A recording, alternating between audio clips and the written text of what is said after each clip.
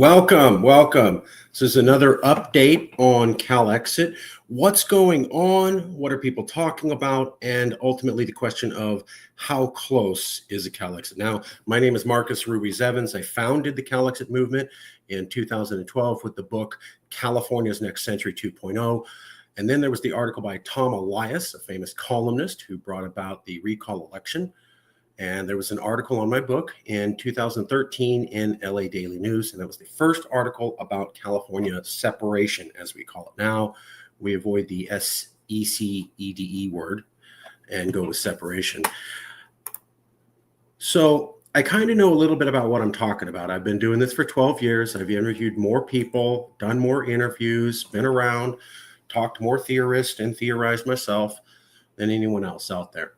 And I want to cover why I think an update is due now. A lot of things are going on.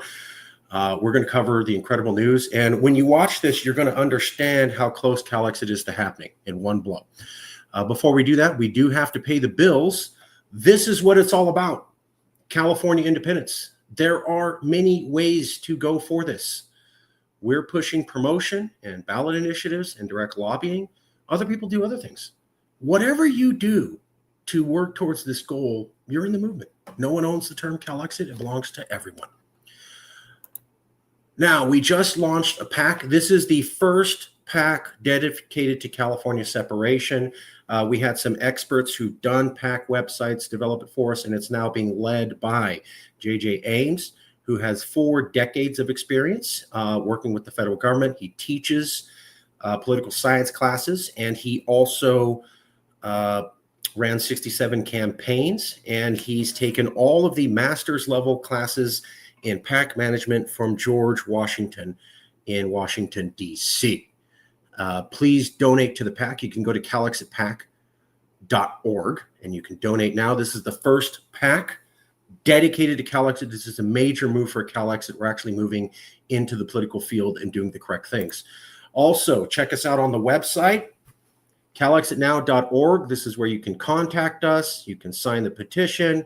You can get more information. You can get the petition, and you can donate. We need your help. You can also go to calexitnow.org/donate. Donate to the Calexit Victory Fund. Money's important. It helps us get things done. And why should you donate? Now, we're going to get into the show, but I need to cover these basics first. The goal of Calexit now is to do lobbying, promotion, and basically cause discussion. So what some of our accomplishments are to develop a political action committee led by a political science professor with many years of experience, who was a former FEMA head speechwriter. We brought on a high-level Democrat to publicly be part of Calexit and help us with our lobbying efforts. That's Dr. Kathleen Harmon. We've also started directly lobbying office holders in Sacramento, both Assembly and Senate, to propose a blue ribbon panel on California separation. We think that's the easiest way to achieve Calexit.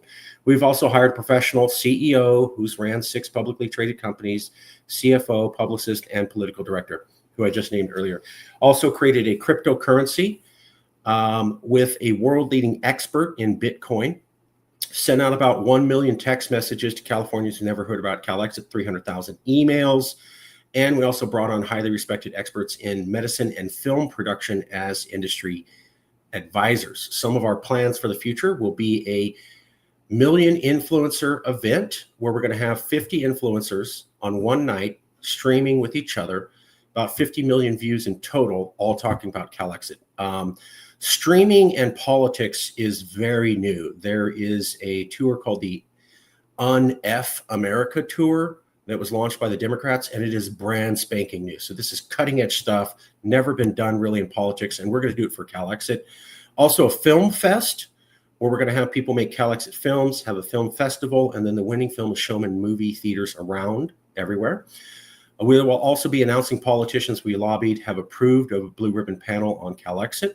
Also announcing Calexit will be co-campaigning with certain Democrats as they run for office in California. They may not support Calexit, but they're willing to be seen with us. We'll have an online petition of 1 million signatures of Californians backing Calexit. Also, the Miss Cali Nation contest, the California-wide tour with stops in San Diego, LA, SF, the Bay Area, and Sacramento. Cali Nation token. exploratory future currency project. Develop panels on experts for each major California industry to advise on legislation California can lobby for, or Calexit can. As I've said, we've already done medicine and film. We're looking for every industry. Develop a 100-member social media influencer team. Lobby to have a California State University official course. University offer an official course for credit on the reasons behind California independence. And petition to have 500 California professors sign a pledge to join a blue ribbon panel if one is called. Now, that idea is just proposed. It's not adopted. It's under review. But I wanted you to be able to see that what we're trying to do is promotion. We're trying to do lobbying. We do the petition, but we do so much more. We want to get the discussion going. We want people to be talking about it in government and at the public level and at the intellectual level and mass media. Join us, donate. We need your help. Now, if you can't donate, not a problem. We need people that can host house parties where you would agree that we could come to your house and we could talk about Calexit with anybody in the area. We also need social media influencers, help with people to help spread the message. And finally, please sign the Calexit petition. This petition helps us gain publicity. These are all the things we've done and what we're planning to do. Here's our website where you can find out more about us. Help us achieve these goals. No one is out there doing this. And again, if you can't donate, it's important, but we need help with house parties, social media, signing the petition, and getting the word out. And you can help with all those. So I know that was a little bit of a long run-up. Apologies. Here's what today's show is going to be about. Now, this is the news and potatoes. I mean, meat and potatoes. We have an Instagram post I'm going to show you that proves that Republicans will let California leave. We also have a Fox News television talking moment where it also showed that Republicans don't know that California is a donor state, and they actually think they subsidize us. So they will not have a problem with us leaving because of money. We're also posting that liberals have now lost faith in the elections. Governor Newsom showed that. We also have a video collection of how liberals have lost faith in their country, and they recognize this Trump is a reflection of the majority of America. We're also going to show you some elected officials' speech after Trump sent the Marines in here to California and ordered the National Guard against us and against our government's wishes and against a domestic protest. We'll also be showing you New York Times interviews experts in totalitarianism who said they're now going to flee America because it's clear America's broken. Then we're also going to show you Oregon, Washington, and California have a pact on healthcare and firefighting. And a top policy magazine, Atlantic, recognizes the point of Calexit. What this does is prove that California's government is fully aware of the need to separate. California government recognizes it can't depend on the federal government in multiple areas. Now, I know that seems like a lot, but I wanted you to see where we're going. I've been at this 12 years, and I've seen the major arguments that people had against Calexit in 2012, 2014, 2015, 2017, 2019, 2020, 2022, 2023, 2024, 2025. So this is the most up-to-date understanding of where we are and the probability for Calexit. And I wanted you to see what's going on with these points because I like to set everything up and then just plow through the material quickly. And of course, as I always do, you're going to see the source and the context will be broken up for you to understand. But here's where we're going. And what you're going to find out is that all the arguments against Calexit, they're basically all gone. There's nothing really stopping a Calexit now. So let's go to the first one. Kick California out. Donald Trump announces California as Canada's 11th province. This is kind of a joke. It's on Instagram. He's going to announce it and turning it into some bastion of horribleness, failed liberal policies, and he wants to give it over to Canada. So it's a big joke. It had about 78,000 likes. 78,000 likes. And here's a selection of some of the comments. Anna Forgion, R. Will, 98221, Garcia, Victor Carl Edwards, Westall, Brad Grosh, Decepticon, Tromaine, Hector Fictani, All of them are saying, awesome idea, get rid of California. So I would argue these are conservatives who saw an Instagram post that was really joking. And it's, what do they call it? AI. It's a generated voice of Donald Trump saying, I want to get California out. So that's just a screenshot, but it's actually a video. 78,000 likes. And everybody's saying, go ahead and do it. Republicans hate us, and they would be just fine with kicking us out. Don't be surprised. I always remind people, half of Republicans in America view you as not American. So California, half the Republican Party views you as not American. So are you really surprised when you see this? Okay, now let's go to this. Gutfeld on September 15th, he talked about Marjorie Taylor Greene calling for a national divorce. This is Greg Gutfeld, and he does a show, the Gutfeld Show on Fox News. Now, on this show, there's the date, September 15th, Gutfeld, MTG calls for a peaceful national divorce. They have a conversation. Two of the conservatives mentioned California by name. Think about that. Two of the conservatives mentioned California by name. Marjorie Taylor Greene did not mention California when she said, let's have a national divorce. Not in her tweet at all.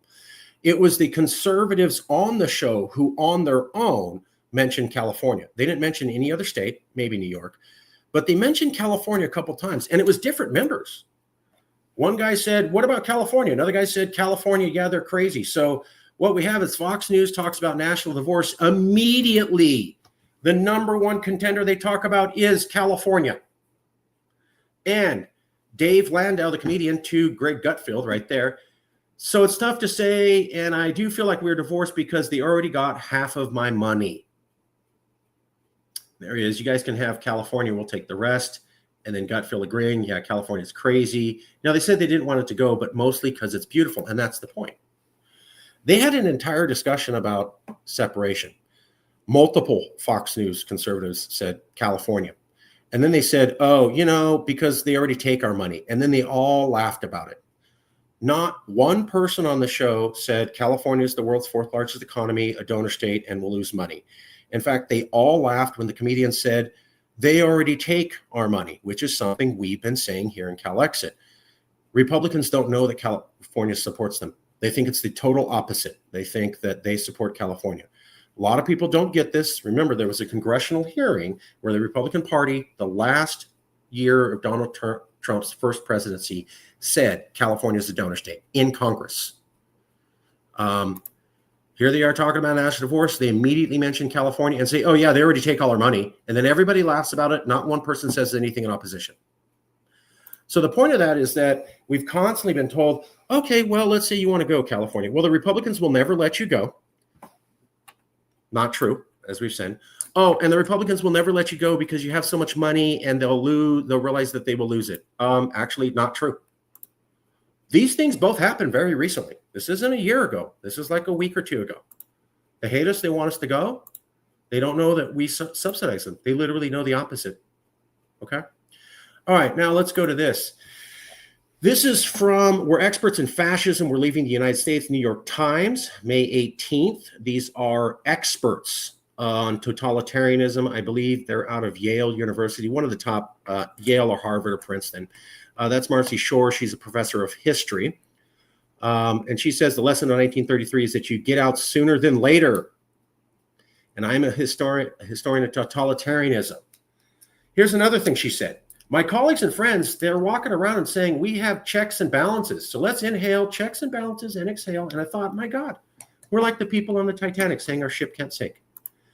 That is exactly what J.J. Ames, our new political director, has said. He said people are walking around saying this can never happen. Collapse can never happen. Why? Because this is America. It could never happen. This is America. I've been personally using the motif of we're on a yacht and it's sinking. And then I turn to somebody and say, can we talk about a life raft? And they insult me for even wanting to have the discussion. Now we go to a New York Times professor who says it's a ship that's sinking And experts think this can't happen simply because they go, oh, it's America. That's literally what JJ said. JJ's worked in the DC for 4 decades. He said since 2015, it became obvious to him that America's falling apart. And Calexit needed to happen. And you go, why? Well, I've seen the federal government. It's not working. The ship is sinking. There's people who aren't ready to accept that conclusion. That's what JJ's been saying. Here's a New York Times author, expert being interviewed by the New York Times saying literally the same thing. I've been using the motif of the sinking ship. She's using literally the same thing. I've also been using the Crystal Knox speech for African-American and Latino audiences here in California. It also goes for protesters. And I would point out Crystal Knox in 1933 was the year that Jews decided they needed to get out or they stayed and died. So I just found it interesting that here's a professor interviewed by the New York Times, one of the top professors in totalitarianism. She uses the exact same sinking ship mythology. She uses the exact same reference to 1933 Crystal Knox period. And she uses the exact same reference that our political director has been saying, which is people can't believe it's going to happen simply because this is America. And they're crazy for doing that. That's what she's saying. So if you're looking around and going, this could never happen, it's America. Here's one of the smartest educated people being interviewed by one of the smartest newspapers saying, everybody who says that is stupid, like the people on the Titanic. You remember that movie, The Titanic? And it was sinking, and then the band played music, and people kept drinking champagne. Like, yeah, that's what humans do. So the experts who are saying secession can never happen, they're the people on the Titanic. We've seen this before, where rational people act crazy when it's obvious it's not working. No, I can't believe that. So New York Times person backing up. Now, let's go to here.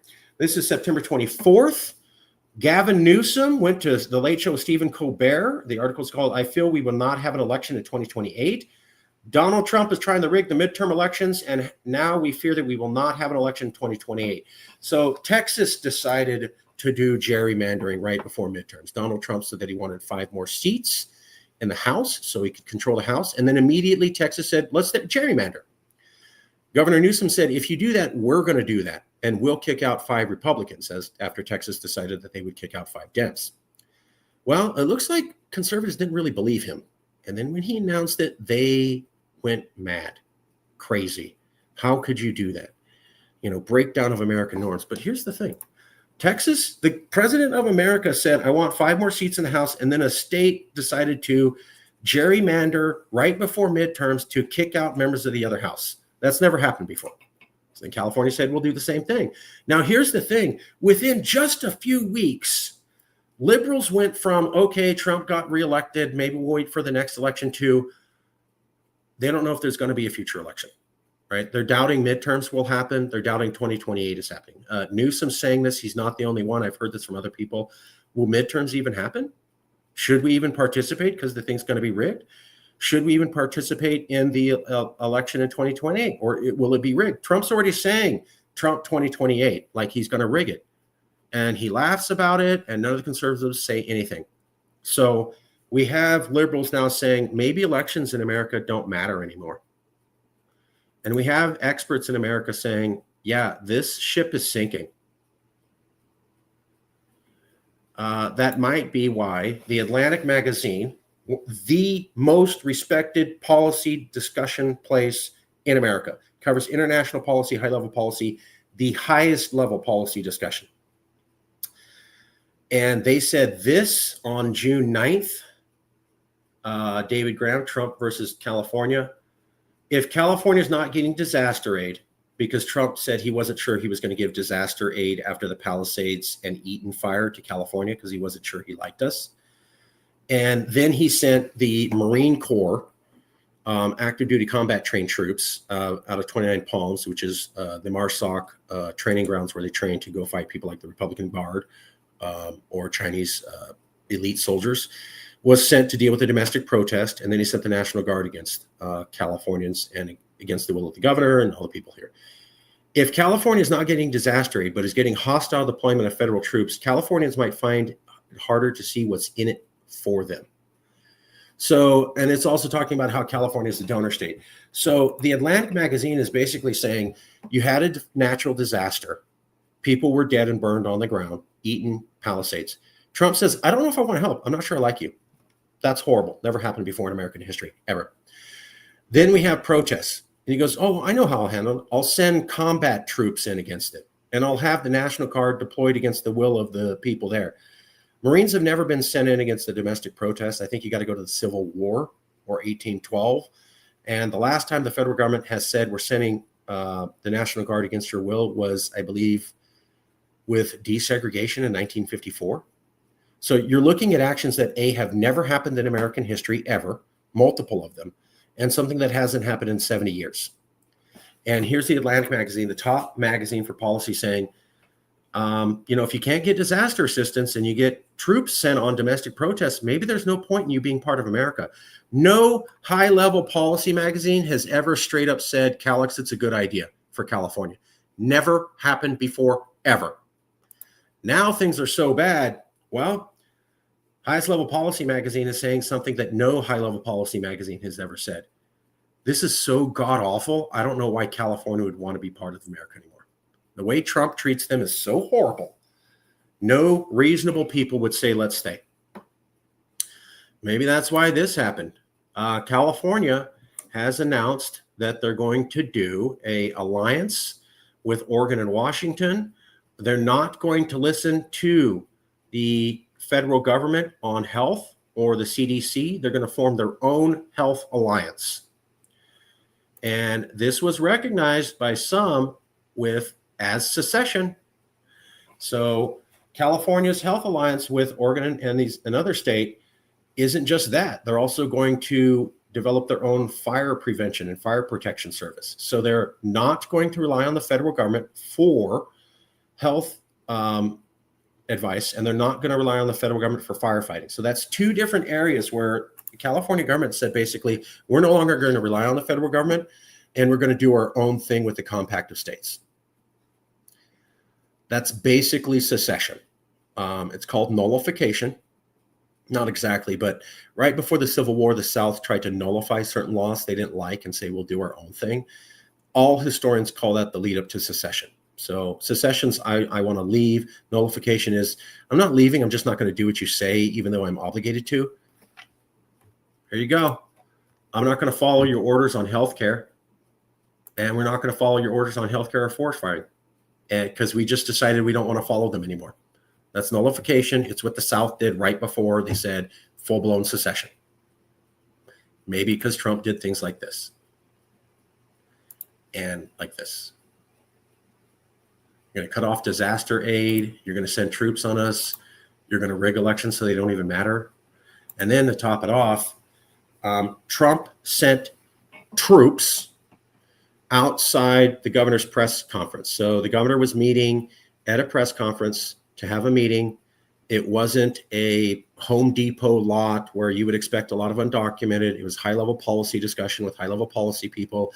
And Trump just sent in a bunch of ICE agents masked with guns to surround it. The people said that was intimidation. That was the president of America sending troops to surround the governor of California to intimidate him. Right. Like they sent the Marines in. Right. Which is what they're complaining about. Well, Newsom has called people out and said maybe the election isn't going to happen. He's also gone further. This shocked me. I guess not a lot of other people, but people say, well, it's a joke. True, but the governor's threatening to kick out people who don't back California values. I've never seen anybody say that outside the Calexit movement. In the Calexit movement, we would talk about, wouldn't it be great if we could kick out MAGA people, who are truly unrepentant and don't share any California values like Stephen Miller. And now for the first time I've ever seen a California official, yes, joking, but has suggested, why don't we kick out people that don't support California values? What they're talking about is Stephen Miller, who is from California, unfortunately. Stephen Miller is a white supremacist, and he is very much in the Trump White House. So Stephen Miller said that Gavin Newsom is a bad person because he wants to move masks from ICE agents. And it's another act of insurrection against the United States and its sovereign people. That's what this white supremacist has said. And then Newsom lashes out and says, it's an attempt to replace the sovereignty of the people with autocracy. So they've gotten into a shouting match, but he said, maybe you should leave because you don't support California values. And here's what happened. I mean, when the National Guard was sent in against the domestic protest, apparently, according to this Los Angeles Times article, July 20th, that's what changed Newsom. He was like, hold on, you're sending troops in against our people? We can't work with you. So now we have to fight you. So apparently, according to LA Times, it was when Trump sent in hostile deployments of troops. Oh, yeah? Okay, well, then it's open season on you guys. I'm calling out people and saying, get the hell out of California. And just to make sure, if you watched the Charlie Kirk Memorial just a few days ago, I recommend you watch this video, Former White Supremacist Response to Stephen Miller Life, Take 2 on September 23rd. She breaks down how Stephen Miller's entire speech at the Charlie Kirk Memorial is one massive white supremacist speech. She's not the only one. Apparently, that speech at the Charlie Kirk Memorial just a few days by Stephen Miller plagiarized Joseph Goebbels. Stephen Miller's the guy who's saying California's out of control.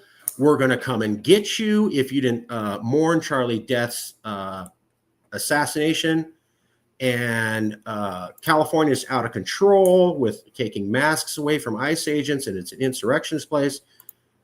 Watch how his entire speech at the Charlie Kirk Memorial, by the way, no Republicans are talking about this, and no Republicans are complaining. No complaints. White supremacist speech at the Charlie Kirk Memorial, not a word from the Republican Party. Nothing. Documented. And this is just a few days ago. And they're calling us the bad guys. Right. Well, here's the other thing that no one's complaining about on the Republican side. Jesse Waters went on TV and said we need to avenge Charlie Kirk's death, and this means war.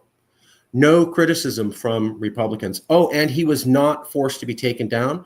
Jimmy Kimmel said it looks like the Republicans are trying to frame the assassination of Kirk on a left-wing person when we all know it's somebody on the right. He was removed. Now, he got to come back, but we didn't know that initially. He was removed. Jesse Waters gets to say this means war and we need to avenge his death. No context provided. Nothing happens to him. So Kimmel didn't say anything violent or suggesting violence. He gave his take, which I thought was pretty accurate, and they removed him. This guy says war and retaliation. What do you think that means?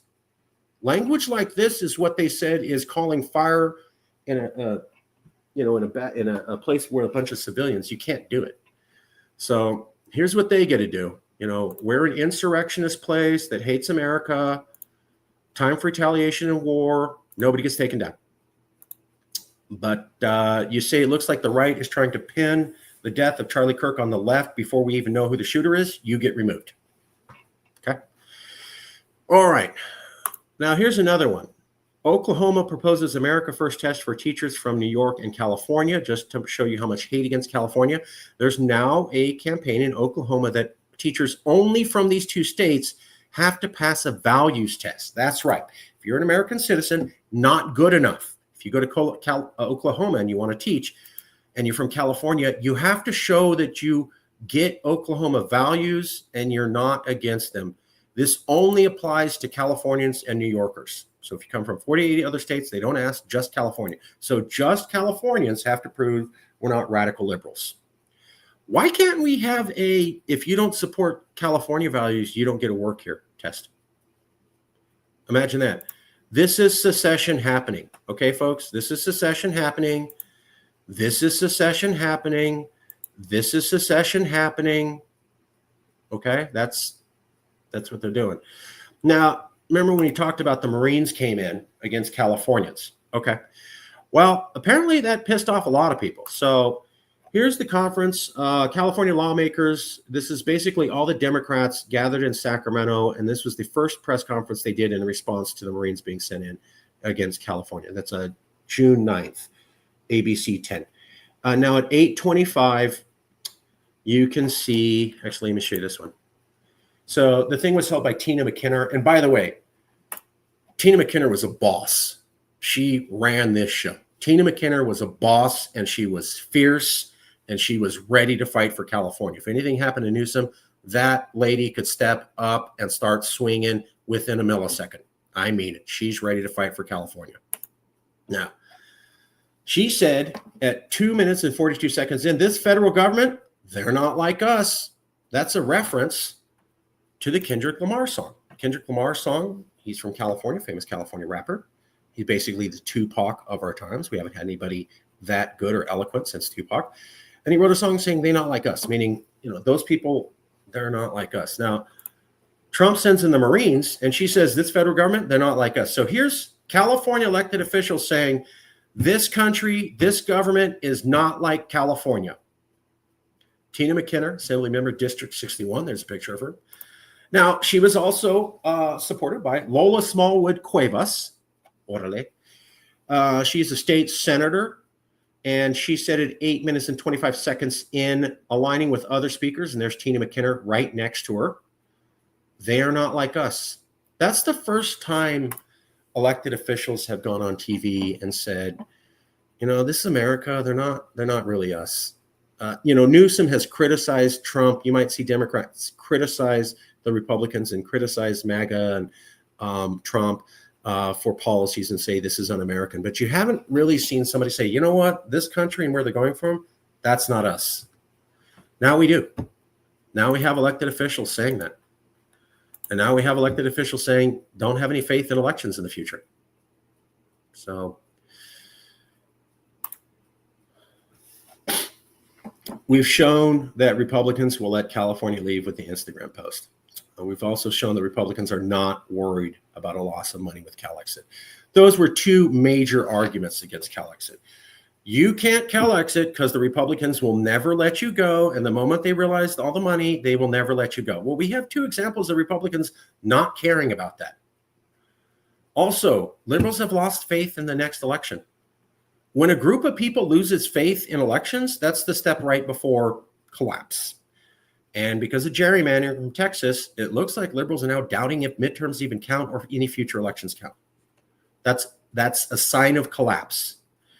Now, we had elected officials' speech after Trump sent in the Marines, and we have the New York Times interviews experts in totalitarianism. Liberals recognize that America is now broken. You have California Assembly and Senate members saying they're not like us. You have the Atlantic magazine saying it's a good idea for California to consider why be part of America. This is radically changed language from high-level sources of authority. You've never had top policy magazines recommend Calexit. You've never had elected officials say America is fundamentally not like us. They would have criticized Trump. They would have criticized Trump voters, but they wouldn't have said it that way. So now we're starting to see liberals recognize that, well, the country's broken. You also saw the experts from the New York Times saying country's broken. So now all liberals are getting it. Finally, well, not finally. Then we have Oregon, Washington, and the California Pact on Healthcare and Firefighting.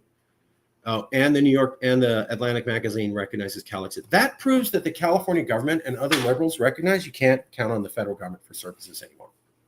So the Republicans will let us leave. The Republicans don't know enough about California money to be upset about it. The Republican liberals now believe the system is broken and isn't going to work and it's falling apart. And they believe that they need to take steps to replace federal government bureaucracy. So Republicans will let us go. Money won't stop them. They hate us. They want us to go.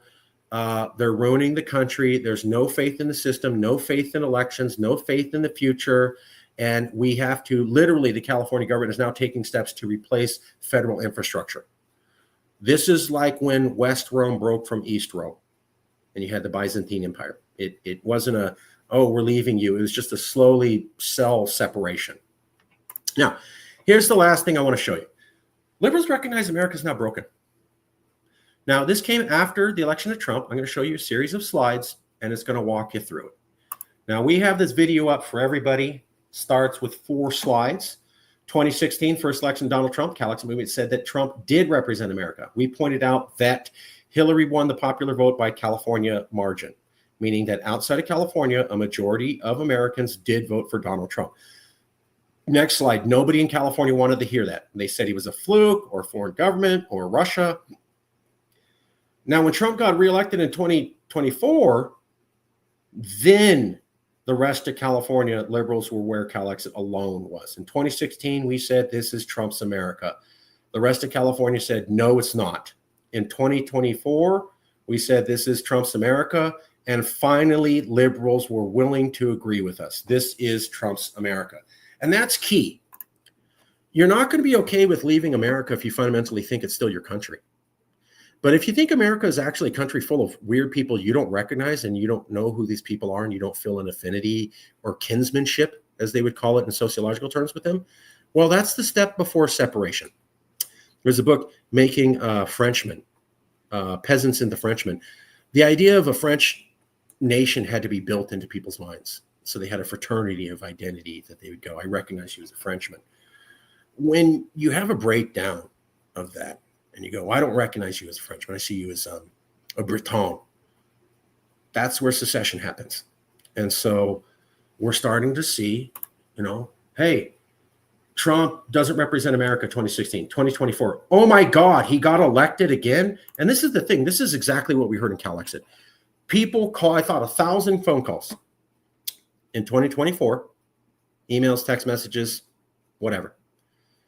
Mark, I saw you in 2016, 2017. I thought it was wild. I thought it was a cool idea, but I thought, we'll fix it. And then he got reelected. So we've had a flush of new members like J.J. Ames, who's worked in D.C. for decades, and Xavier Mitchell, who's a CEO of 6 different publicly traded companies, or heads in medicine, or heads in film production, or former President Jimmy Carter administration officials. They didn't come around 2016, 2017. They came around 2024. And they all said the same thing. I thought this was wild, but then he was reelected. And I realized this is not my country. This is Trump's America. They like this guy. They elected him twice, and they elected him with a popular vote on the second time after January 6th. So finally, liberals were willing to recognize this. Let me show you a few slides. He's pointing out how Trump did all those horrible things, and it just didn't seem to matter. People didn't care about all the horrible stuff he did. Here's another one saying it seems like Trump was going to win no matter what liberals did. Like the popularity was so extreme. Here's another one. Liberals fear about what kind of country they're living in. How do they wrap their minds around the fact that this is a country that they love? Like, who are these people is basically what these people were talking about. And what the hell kind of country are we living in? Here's the same thing. It leads me to bet that this is not who we are. And actually, this is Donald Trump's America. Here's another one. This country decided that, you know what? These are our values. Here's another one. Donald Trump held up a mirror to this country, and it might be a good time for it to take a hard look. And here you go. Last time it felt like a fluke. This time America knew exactly what they were getting, and they went hard for it. So all these people are exasperated at what kind of country is this? Who are these people? I didn't recognize this. I didn't think these people were my country. And now they recognize, yeah, this is your country. This is Trump's America. Right? And it's not just talking heads.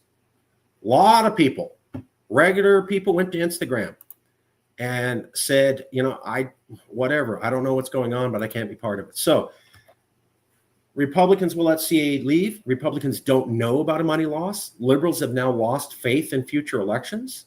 Liberals have lost faith that this is their country. They recognize this is Trump's America. Liberals recognize America's now broken. And the California government is recognizing, and other policy agencies, that the California government needs to do its own thing immediately. So that is the status of where we're at and the status of Calexit. And this is key because until 2024, none of these had happened. When we were in 2016, it took us 2016 to 2020 for people to recognize that you could have a vote for independence and that California could survive as a nation. So people would joke, California can't be a nation. Now no one jokes about that. Everyone recognizes California could be a nation. But it stopped there with, they'll never let you go. Yeah, but the money. Yeah, but the next election. Yeah, but we could win it. And yeah, but hold on. what politicians are backing you. Now, since 2024, things have all fallen apart. So it was Republicans won't vote for us. Republicans will stop with the money. Liberals still believe in the system and they'll vote in the next election. Government officials aren't sure this is true and they don't back this in any way. Government officials in California all know about this and are already doing it. Liberals have no faith in the election. Liberals have no faith that this is their country. And Republicans have shown that they'll let us go because they hate us. Everything's lining up for Calexit. This is the best time for California separation. None of these conditions, except for one, existed before 2024. Only the fact that California could survive as a nation and was essentially a understanding of that amongst its people already. That is the only thing we really got through in the Calexit movement from 2016 through 2022. In 2024 to 2025, just the last few months, really 2025, last 3 to 6 months, multiple stumbling blocks against Calexit have all fallen away. And now there's nothing to stop people backing it.